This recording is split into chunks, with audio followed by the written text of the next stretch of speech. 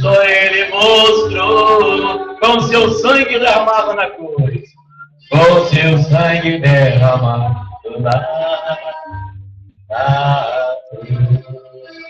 Diga comigo, glórias ao Pai, ao Filho e ao Espírito Santo.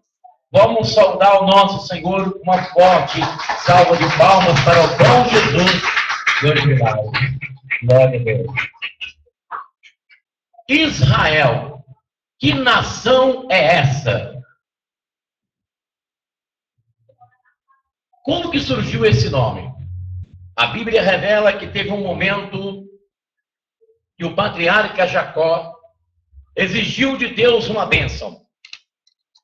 Ele exigiu de Deus, ele que era um homem de fé, um patriarca de fé, que acreditava na promessa que Deus havia feito para Abraão, para o seu pai Isaque, e ele estava de posse também da promessa. Jacó, em nenhum momento ele queria deixar de receber a bênção do Todo-Poderoso. A Bíblia diz que quando ele chegou perto do anjo, ele lutou com o anjo. Dai-me minha bênção, me abençoa. O anjo queria sair e ele não deixou.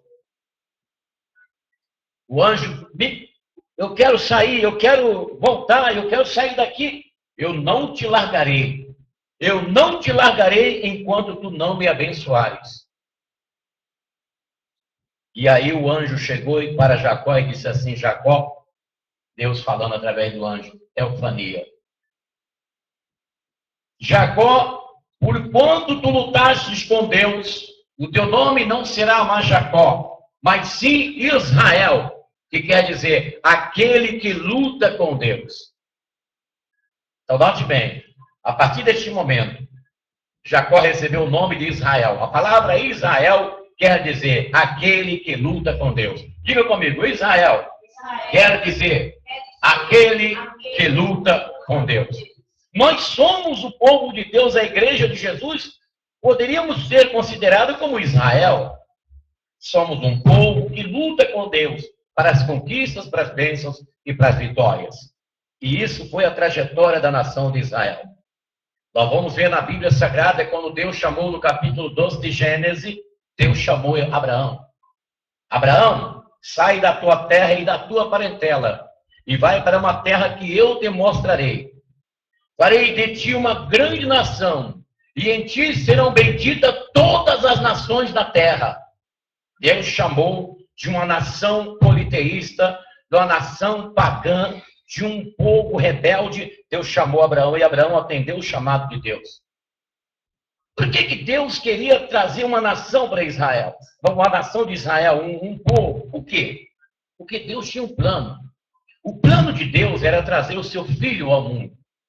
Como a humanidade estava completamente extraviada, pessoal, estava completamente fora dos planos de Deus, era necessário Deus estabelecer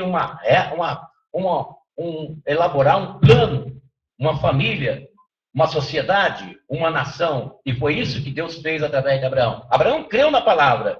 E através de Abraão, os descendentes, veio Isaac, depois veio Jacó, e depois dos filhos de Jacó, como nós, aqueles que estão lendo a Bíblia, sabem o que aconteceu?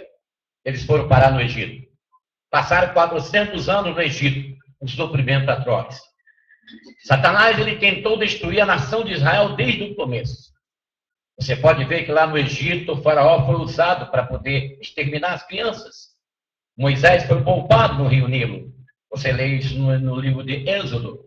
E através de Moisés, então, Deus preparou para que Moisés fosse para a corte egípcia, como aconteceu. Ele passou 40 anos lá na corte egípcia.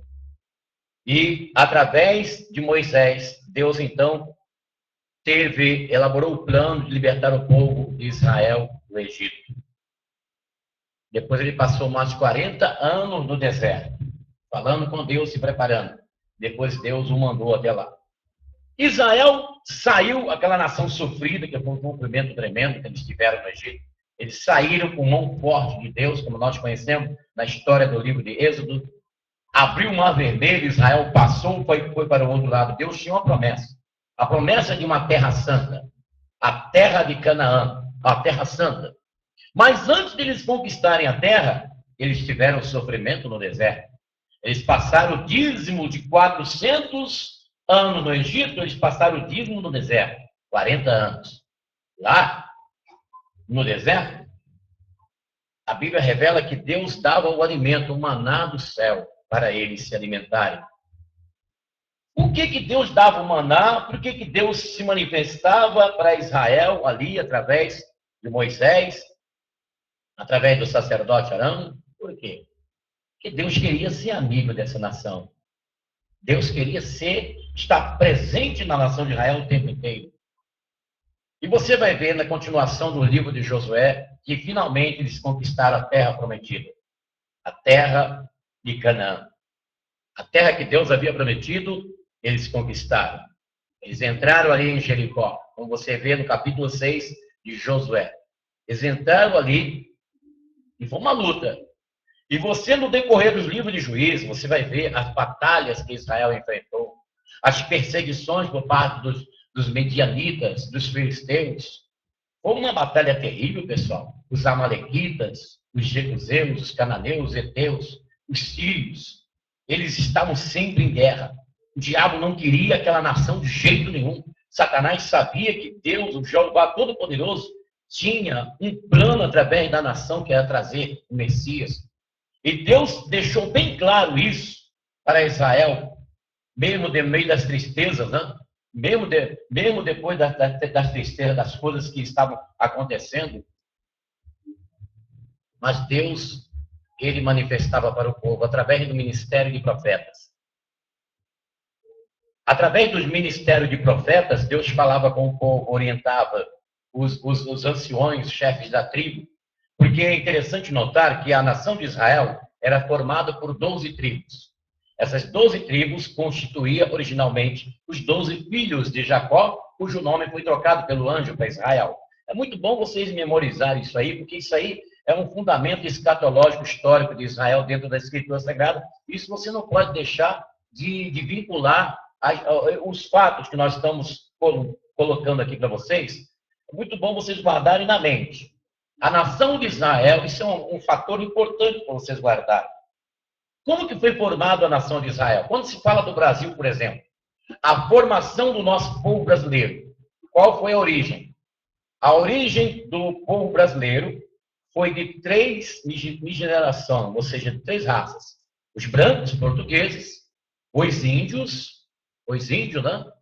E os africanos, os negros. Então, a nossa nação brasileira é formada por 3 povos, 3 troncos de povos. Os brancos, portugueses, os índios e os africanos. Essa é a informação histórica que nós temos dentro da história do Brasil. Israel, como que eles foram formados? Eles foram formados filhos de Abraão. Abraão teve Isaac. Isaac veio Jacó. Jacó foi pai de 12 filhos. Esses 12 filhos de Jacó que formou a nação de Israel. Você não pode esquecer disso. Você tem que guardar isso na sua mente até na vinda de Jesus, até lá no céu. Ou seja, não pode esquecer como que Israel surgiu. Veio dos 12 filhos, por isso que nós temos que ler a Bíblia, para você entender, para você conhecer, né? Mas mesmo no sofrimento, Deus estava ali falando. Através do ministério de profetas, Deus falava com o povo. E a promessa principal, a promessa muito importante que Deus transmitia para esse povo, que o Messias ia vir, que o Messias ia chegar. Yeshua HaMashiach. O Messias estava para chegar. Essa era a mensagem mais importante que Deus não queria que o povo esquecesse. Satanás fazia com que o povo esquecesse disso, não? Mas Deus nunca abandonou o seu povo. Ele sempre prometeu, não? Mas você pode ver, até mesmo no livro de Salmos, Davi, inspirado pelo Espírito Santo, falando sobre o Messias. Jó, o patriarca, ele pronunciou: eu sei que o meu Redentor vive e que breve se levantará da terra. Veja que fé fantástica, que fé forte, que fé poderosa. Eu sei que o meu Redentor vive. De que Jó estava falando ali, pessoal? O Messias que estava para chegar, para nascer. o rei de Israel, o salvador de Israel, o salvador do mundo. O Jó, o patriarca, estava falando dele quando disse essas palavras lá no livro de Jó. Eu sei que o meu Redentor vive e que em breve se levantará da terra. Isaías pronunciou em várias partes das suas profecias, falando acerca do Messias que haveria de nascer. E se cumpriu. Foi um dos profetas que mais mencionou o Messias. E se cumpriu. Ele nasceu, como todos nós conhecemos a história. Mas esse Israel, no momento em que Jesus nasceu, eles tinham poucos anos, cerca de aproximadamente 400 anos antes de Jesus nascer, eles foram levados cativos para a Babilônia. Por que eles foram levados cativos para a Babilônia? Porque eles desviaram de Deus. Eles começaram a adorar os deuses das nações. Se apostataram daquilo que Deus estabeleceu através dos profetas, através de Moisés. Eles se afastaram de Deus. E Deus, então, permitiu que viesse, então, um juízo sobre eles. E o juízo foi duro. Você vai ver isso lá em Crônicas, capítulo 28, quando o rei foi assassinado, seus filhos, e os filhos de Israel, a nação de Israel foi levada cativa para a Babilônia. Lá a história de Israel foi um sofrimento tremendo. Mas a prova de que Deus nunca tinha abandonado o seu povo, porque ele levantou profetas, mesmo com palavras duras como essa que nós lemos aqui no início da leitura litúrgica, né? Vamos trazer de novo aqui. Vamos voltar aqui para Isaías, trazer aqui as palavras duras proferidas pelos profetas, não só Isaías, mas também Jeremias. Você vê lamentações de Jeremias falando do sofrimento do povo. Nós vamos ver aqui, olha só que palavra dura que Deus profere para a nação de Israel que se afastou de Deus, que não estavam obedecendo as palavras do Senhor, e eles sofreram.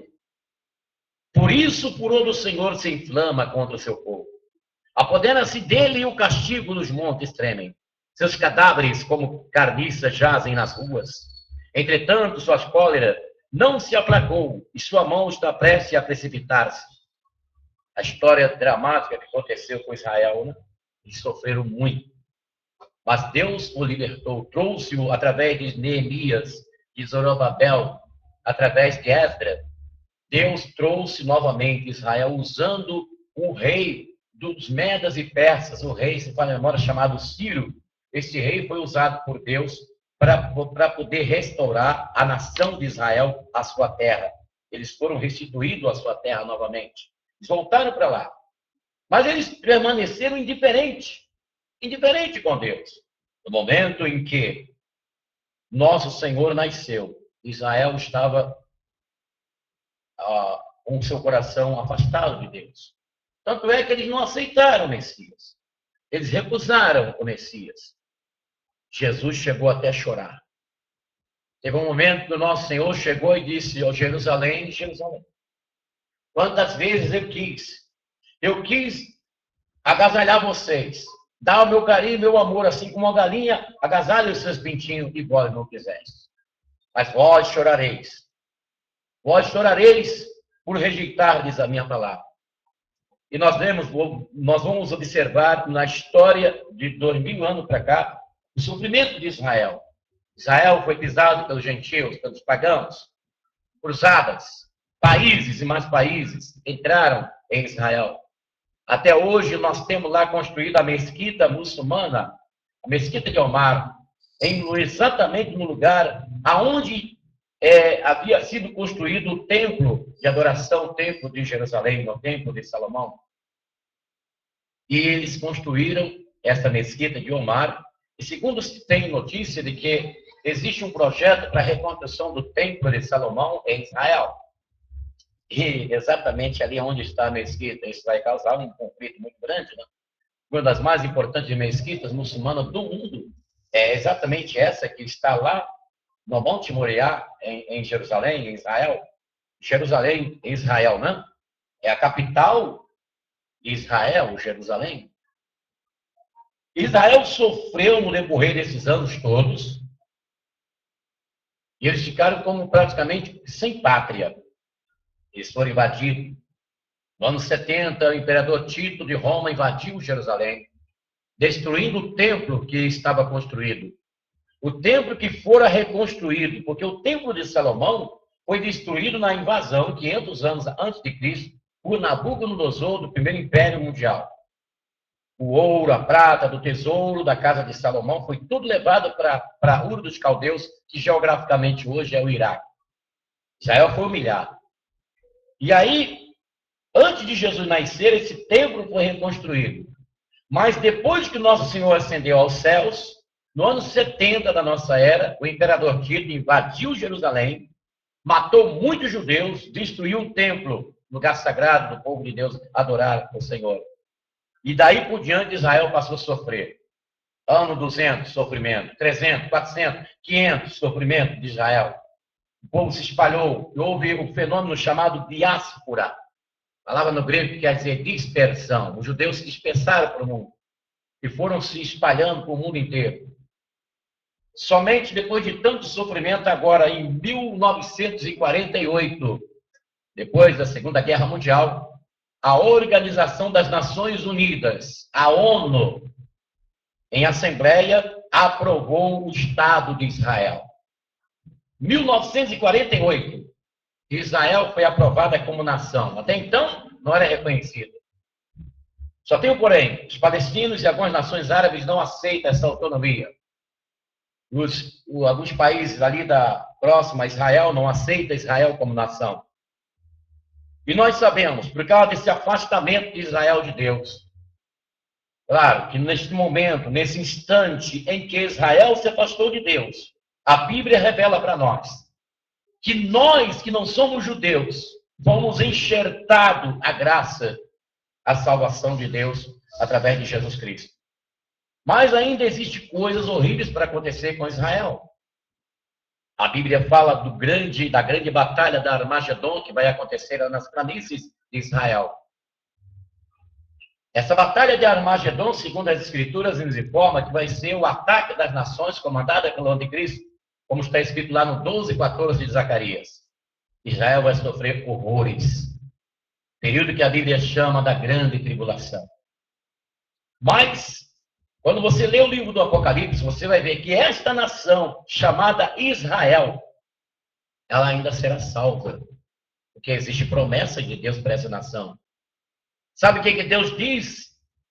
No pretérito verbo, Deus usou Moisés, o grande profeta do povo de Israel.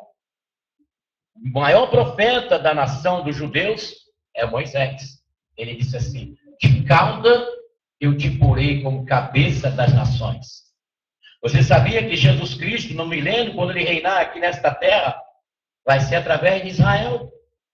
E você vê isso claramente no próprio livro de Isaías.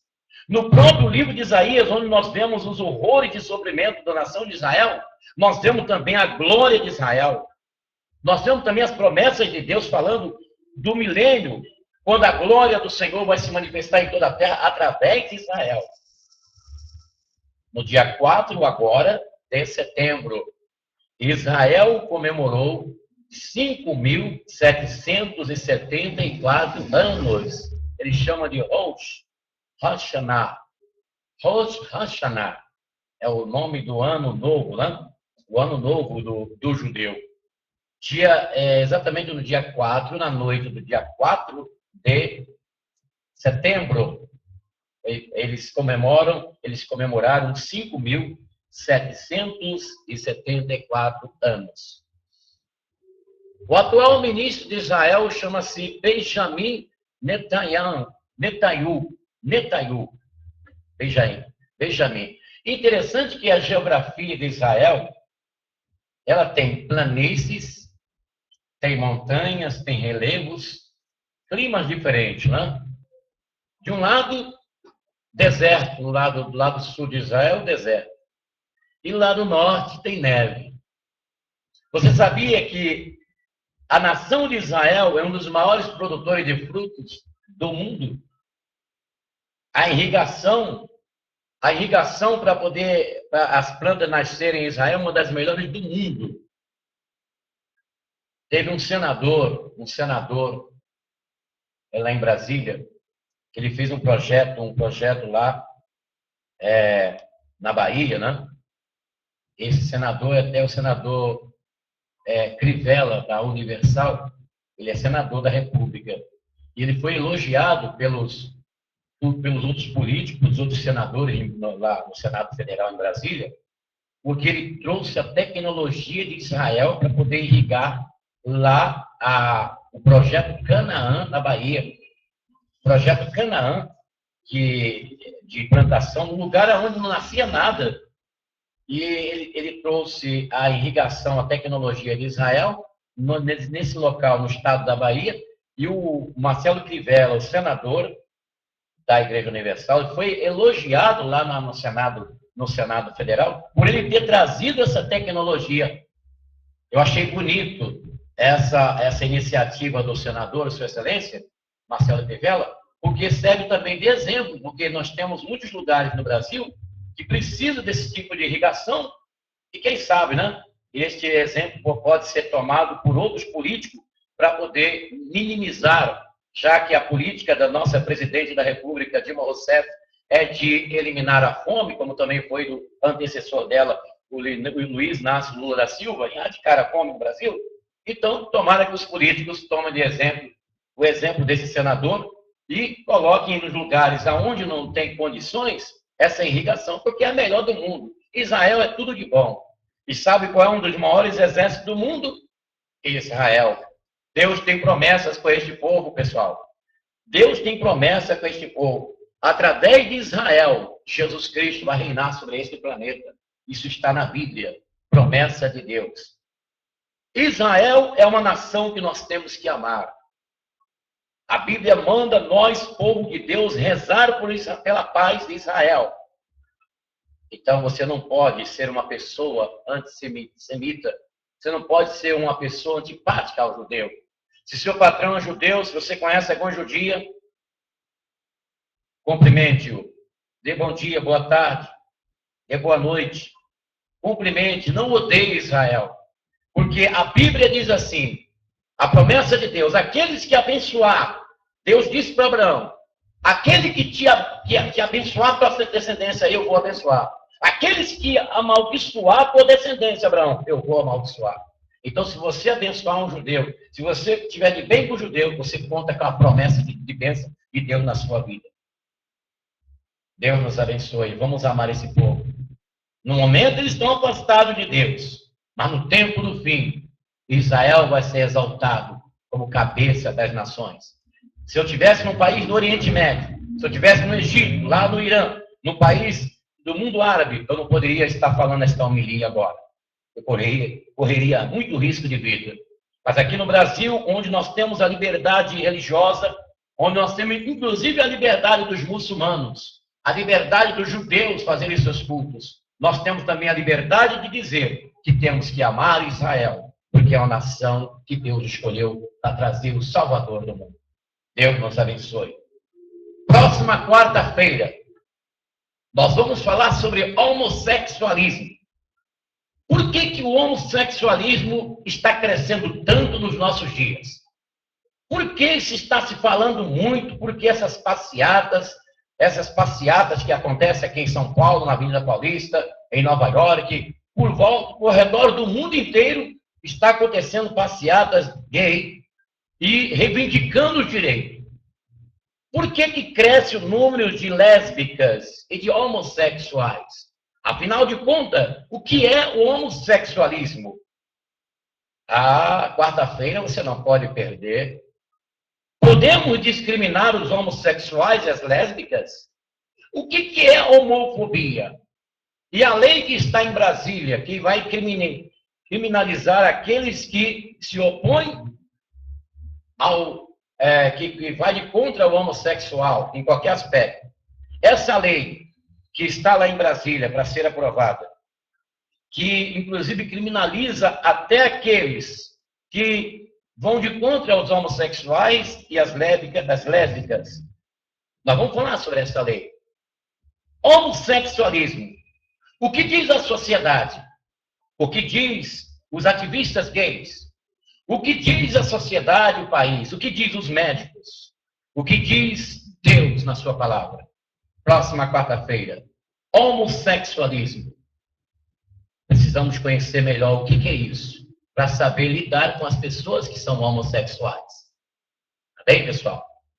Essa é uma transmissão diretamente do Santuário Yahvé, de Santo Amaro, São Paulo, capital, que fica localizada na rua Desembargador Bandeira de Melo, número 513, onde eu, Bispo Afonso Querubim, estou todos os dias no plantão espiritual de atendimento e realizando missas poderosas de libertação para curar você e abençoar você e levar você ao encontro de Deus.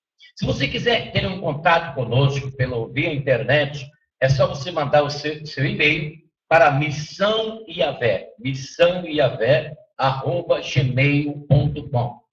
missãoiavé@gmail.com. Se você quiser entrar em contato conosco pelo telefone, o nosso telefone é 2597-6926, prefixo 11, São Paulo. 2597-6926 é o telefone para você ligar e marcar a sua consulta espiritual em nome de Jesus. A qualquer momento eu vou estar por aqui, eu quero dar um alô para os nossos amigos do YouTube, no canal Yahvé.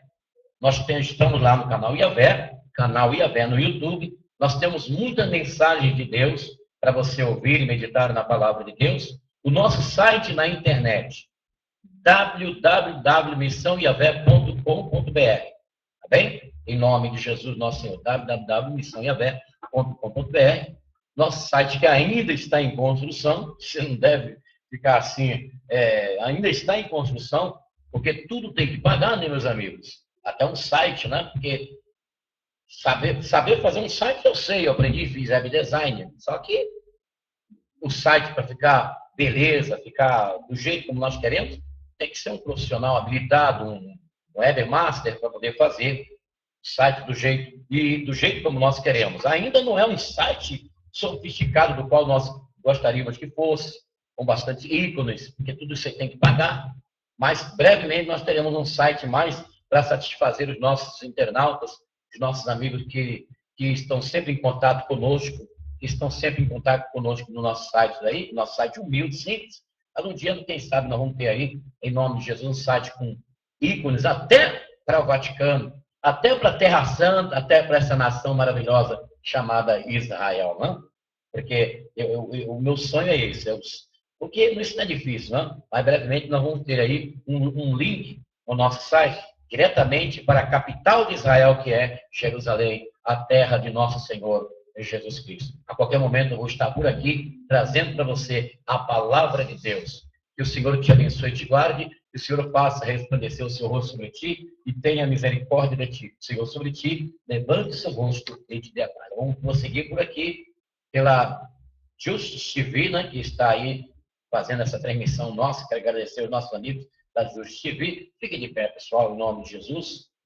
O Senhor esteja convosco. Corações ao alto. Demos graças ao Senhor nosso Deus. A verdade é justo e necessário, nosso dever e salvação, damos graça sempre, em todo lugar, Pai de misericórdia, Senhor dos céus e da terra. Cristo, vosso Filho, nosso irmão, Ele, o sacerdote verdadeiro, que sempre se oferece por meio de nós, mandando que se faça a mesma coisa que se fez naquela ceia derradeira. Por isso, unidos, louvando e bendizendo aos teus santos e anjos, te louvamos, dizendo a uma só voz: Santo, Santo, Santo, Senhor Deus do universo, céus e a terra proclamam a vossa glória. Hosana nas alturas, bendito que vem em nome do Senhor, hosana nas alturas.